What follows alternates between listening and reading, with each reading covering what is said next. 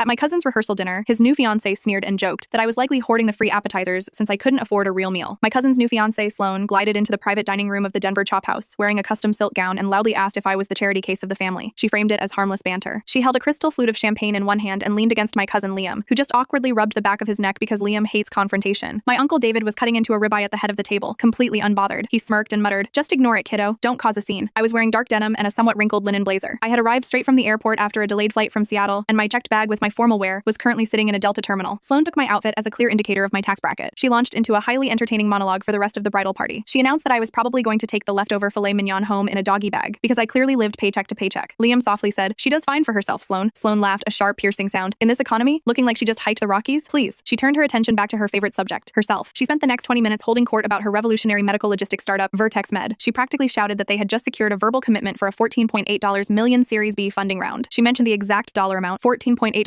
million, 3 separate times. She told the table that Liam was marrying up, and it was a shame the rest of our bloodline didn't possess her entrepreneurial drive. My uncle nodded approvingly, eating his steak like she was dispensing undeniable wisdom. I set down my fork and genuinely asked who the lead venture capital firm was. Sloane rolled her eyes. "It's Apex Vanguard Partners. Not that you'd know who they are. They only deal with high net worth innovators." I didn't say a word. I reached into my leather tote and pulled out my iPad. I had been ignoring pings all evening. I unlocked the screen, bypassed the security protocols, and opened the encrypted corporate portal. I found the executive summary I had been reviewing on my flight. I slid the iPad across the white tablecloth so it stopped directly in front of Sloane's champagne glass. The header was stamped in bold red, Vertex Med, Series B Risk Assessment. Final approval pending. The author of the risk assessment, the managing director of the tech portfolio at Apex Vanguard Partners, was me. My name, my credentials, and my direct recommendation to stall the funding due to questionable patent filings were staring right back at her. Sloane read the screen. Her smug expression vanished, replaced by an ashen, horrified realization. She set her glass down so hard the stem nearly snapped.